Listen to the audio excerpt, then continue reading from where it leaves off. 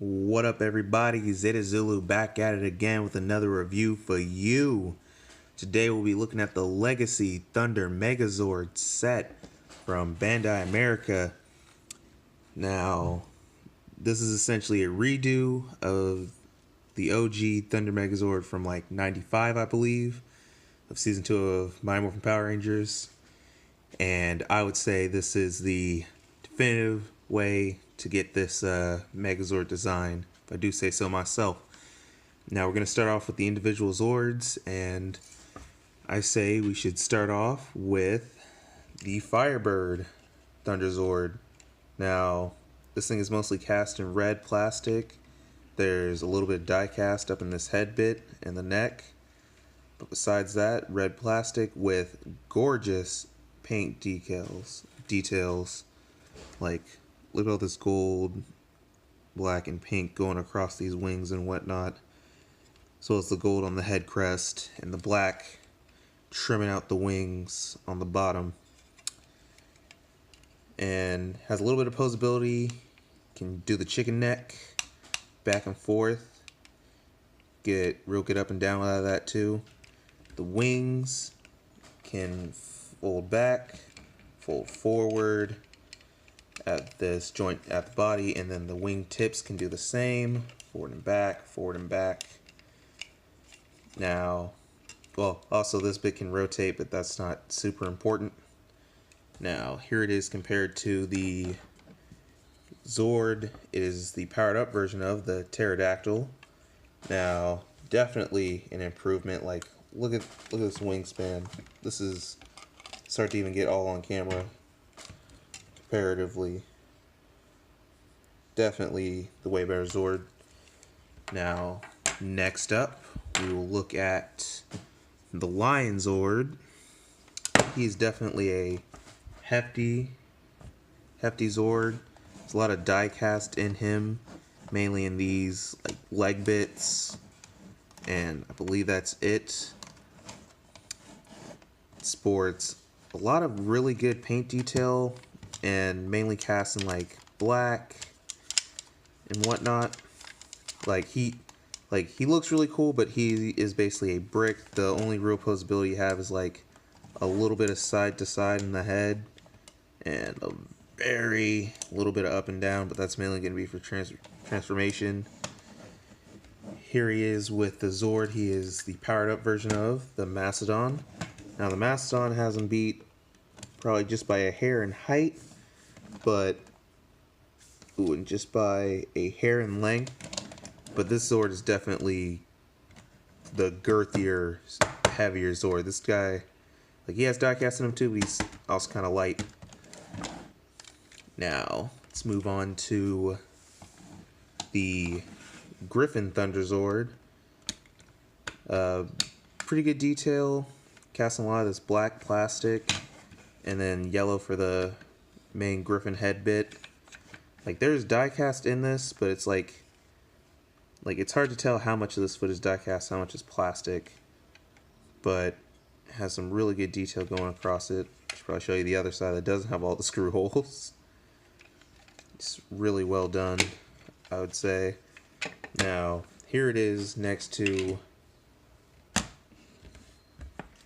its counterpart Zord, the Saber-Tooth Tiger. And the Saber-Tooth Tiger, a little bit longer, but the Kirin has it beat in size, or the Griffin has it beat in size. Like, I definitely like, I'd probably give it to the Saber-Tooth Tiger as far as Zord design, because you can kind of tell what this thing's gonna be.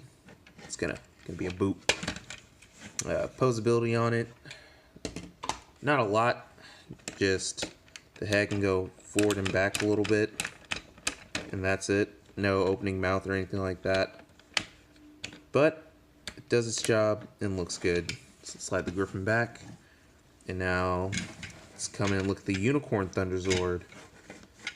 Now, I have a special connection to this Zord because when I was younger, we had a Mega White Tiger Zord, Megazord basically, and like the last thing that we ever really had of that Zord was the Unicorn Zord of it, and I cherish the heck out of that thing. So, and I think this guy's a really good update to that. Like, I don't know where that thing is now, but I still have it somewhere. Now, here's it with its counterpart, the Triceratops Zord. Triceratops Zord definitely has a beat in length, but I think this guy takes the cake as looking cooler for sure. It's a nice all-around looking Zord. Now, posability is the same as the Griffin, just forward and back, and that's really it. Nothing too special. Now, before we move on to the dragon, the Red Dragon Thunder Zord, these four can do something pretty unique, and that's combine all together on a base. This base, to be exact. So, essentially what you're going to want to do is, I'm going to move the camera down a little bit, take the Lion Thunder Zord and use these Zord Builder pet holes and just plug it into these ports right here on the front.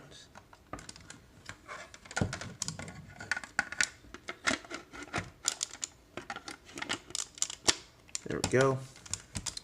He's now on there. It's not super secure, but, well, it's pretty secure. He's on there. The Unicorn and the Griffin are essentially going to go on these side bits. This gap on the bottom of these Zords and these holes are going to go onto this big bar and these two pegs. So just line it up, push it in. It's basically secure. Same thing with the Griffin. The big old gap, the two holes, peg, two holes. Just line it up, press it in, boom. Now, I'm gonna raise this up a little bit. The Firebird, you're gonna take this little stand bit that it has, and then you're just gonna plug that into this groove on the base. And then just, and voila, they are now in their Thunder Assault Team configuration. These four Zords would typically fly around like this, fly into battle and whatnot. And yeah, these two don't hold on to it super well, but the other two do a pretty good job of it. Now we're just gonna fly this out of here. And we're gonna get on to the Red Dragon. Now the Red Dragon, back in the day, this Zord was sold on its own, and I'm glad Bandai America chose not to do it that way again, because that would have been a real pain in the butt. But this guy is really long. Like, he barely fits in the review station as is. Like, barely all the way to the tip of his tail. Now, for posability, well, yeah, we'll go over posability really quick. He has these little arm bits, which are on these ratchets, and well, that popped off. That can happen a lot, but it's really simple. Just get it back in alignment. They basically move on this ratchet that goes up and down. You can have them separated and whatnot. The head is on a series of like really free moving ball joints kinda, but they kinda don't hold a pose. Like, I can push it all the way up like this, but the head is still gonna sag down. Now, the head itself, the jaw open and closes, and has a lot of really good paint detail on it. Now, as we move down through the body, you can see all this nice, gorgeous detail on him. This really good gold and I want to say emerald green paint going through them. The black through all the segments on them and on the spines of the dragon, all the way down to the tip of the tail, which has a lot of nice gold paint on it. Now this guy has some heft because he has die cast essentially in this center chunk, and I believe that's it. That's the bulk of his die cast, but that is the bulk of his weight. And he does something, but we're going to show him off in this form next to his previous counterpart, the Tyrannosaurus. And Well, Tyrannosaurus hasn't beaten height, but he definitely hasn't beaten length. So it's a fair upgrade. Let's even get the T-Rex in the kind of nowadays T-Rex posing, how we see how they move now.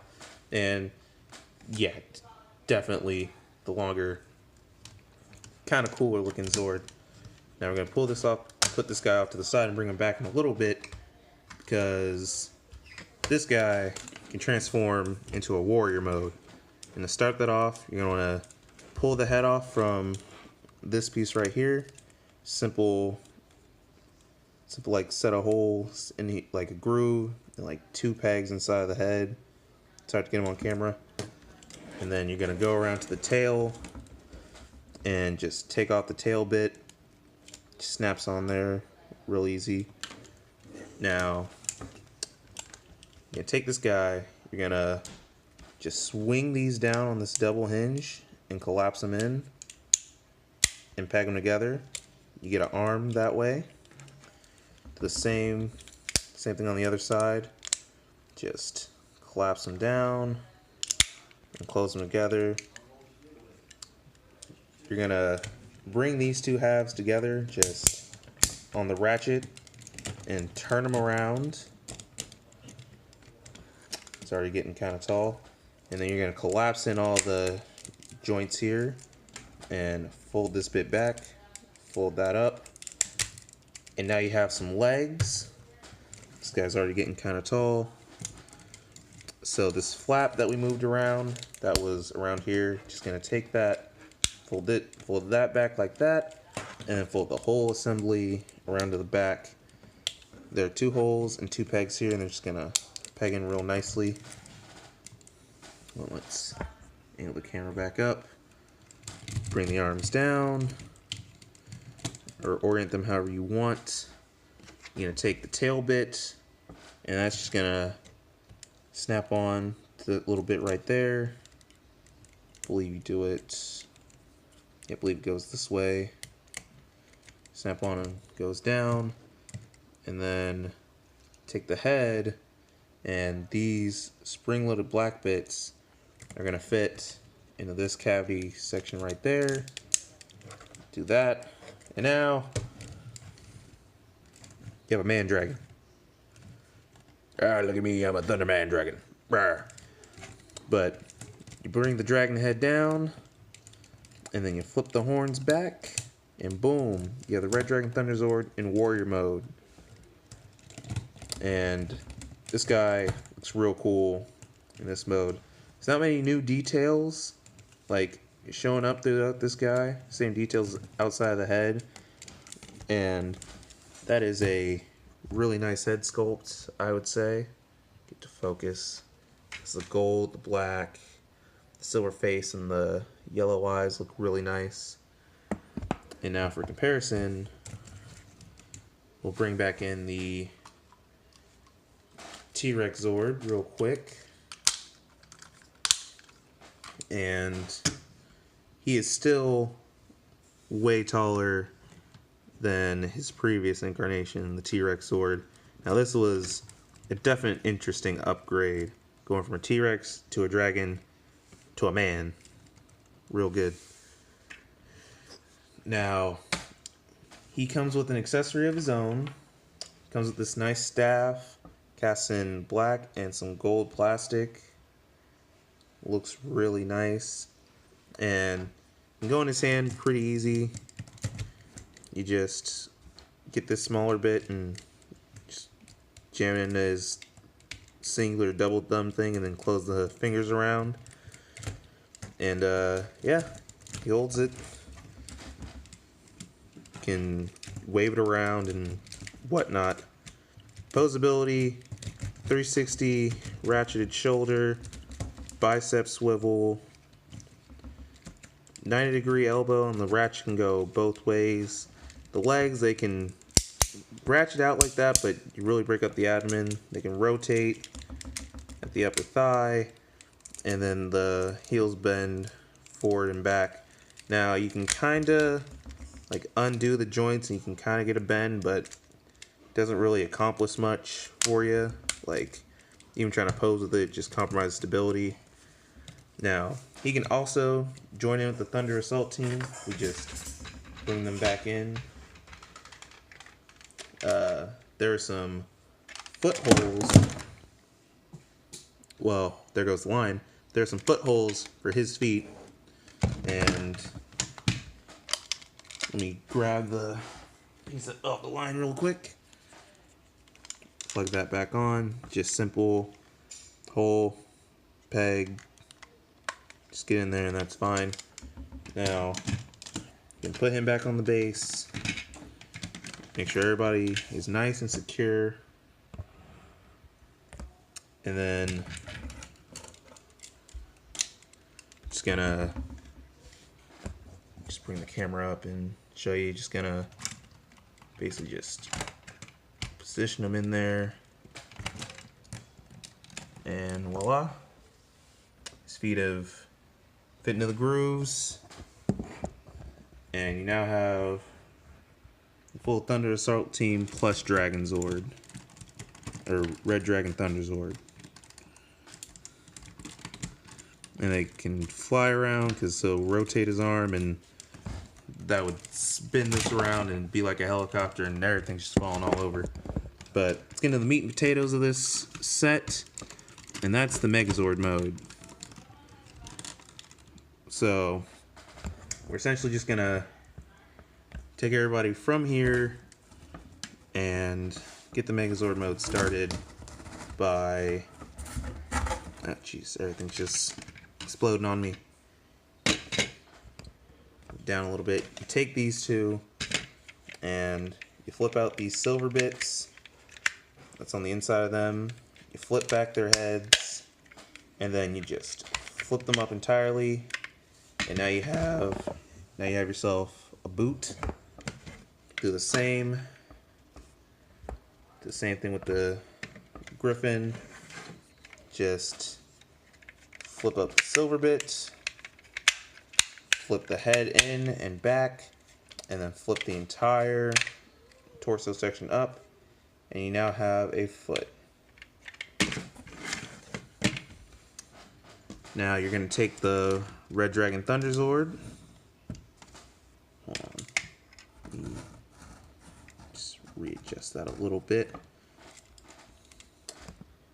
Move the camera back up. You're going to rotate his legs out to the side. Put the feet down. And then we're going to come in to here. And then just slide it in. And it's going to lock in because there are grooves in there that I neglected to show you, but this guy's already getting pretty tall. So just get the staff out of his hand, it'll be easier that way. You're going to move his arms up and rotate these down. Rotate them down, the head facing forward. Now you're going to take the Firebird, you're going to unpeg her from that black bit, and using those same clips, you're going to peg them on to these posts on the back. Just a real easy connection. You have it lined up. You're also going to take this bit off the back. You'll need that later. Then you just fold the head down and then collapse the wings over. Like these little, not clips, but, well, the spines of the dragon are going to basically go into these to keep the legs stable. And then you just fold that over, all nice and tight like. Moving back, he's already really starting to bulk out now. The lion, you essentially disassemble him completely. You take off this bit, which is going to be a helmet. A real nice looking helmet. You take these leg bits from underneath. And now you fold the head up. You're going to flip out these clips. Now these are really thin plastic and this is a really tight joint. I am scared to death of these breaking, so I don't just go purely from here. I try to get a real big grip of the whole meat of the clip. Now these are going to clip around the shoulders like so. Just snap on. They stop from the back. You're going to fold the arms down. And then with these, you're going to fold out these arms. And then just put them on over. Just put it over the arm. And then you just wrap that around the elbow of the red dragon. It's already leaned to one side because these are heavy shoulder bits. Like this whole silver bit is die cast, like I mentioned earlier. And then just do the same thing on this side. Just fit that over the elbow. And now the last bit of transformation comes in, and we take the helmet, open it up, lift this head up a little bit, and then gonna take it skyward.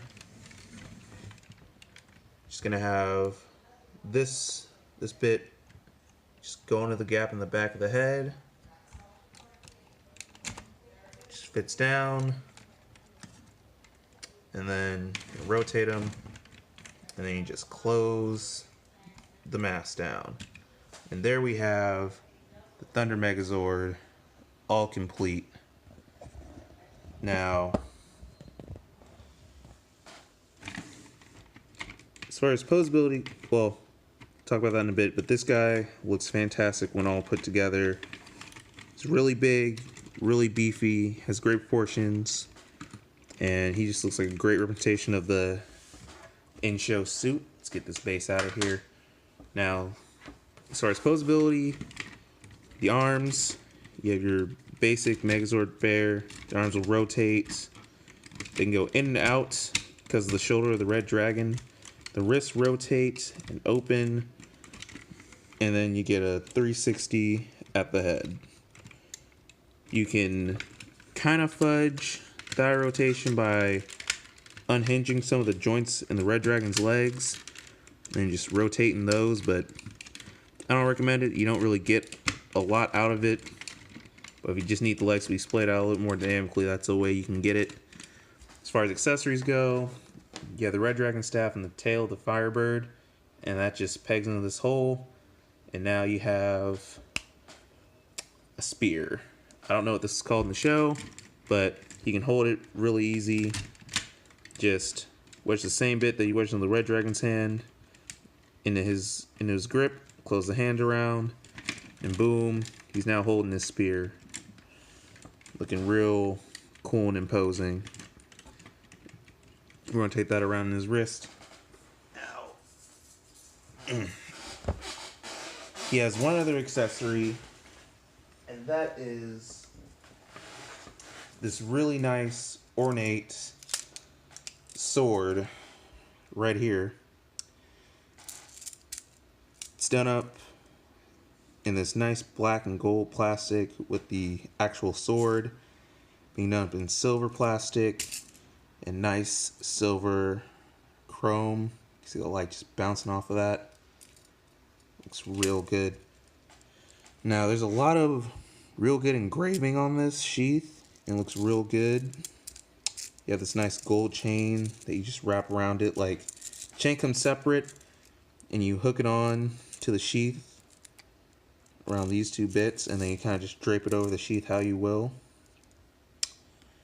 There's a real nice gold and black paint on the hilts as well. I believe I was calling this a hilt. This is a sheath. And then has this nice green paint for this jewel. I know in the original version that was actually just clear green plastic. I know that because I had the sword randomly, but not the Megazord. And that can fit in his hand in the exact same way as the spear. Just unsheath it. Just position it into his hand. Boom, he's holding it. And he can also hold his sheath. Just open the hand. Find a spot that doesn't have the chain in it. Just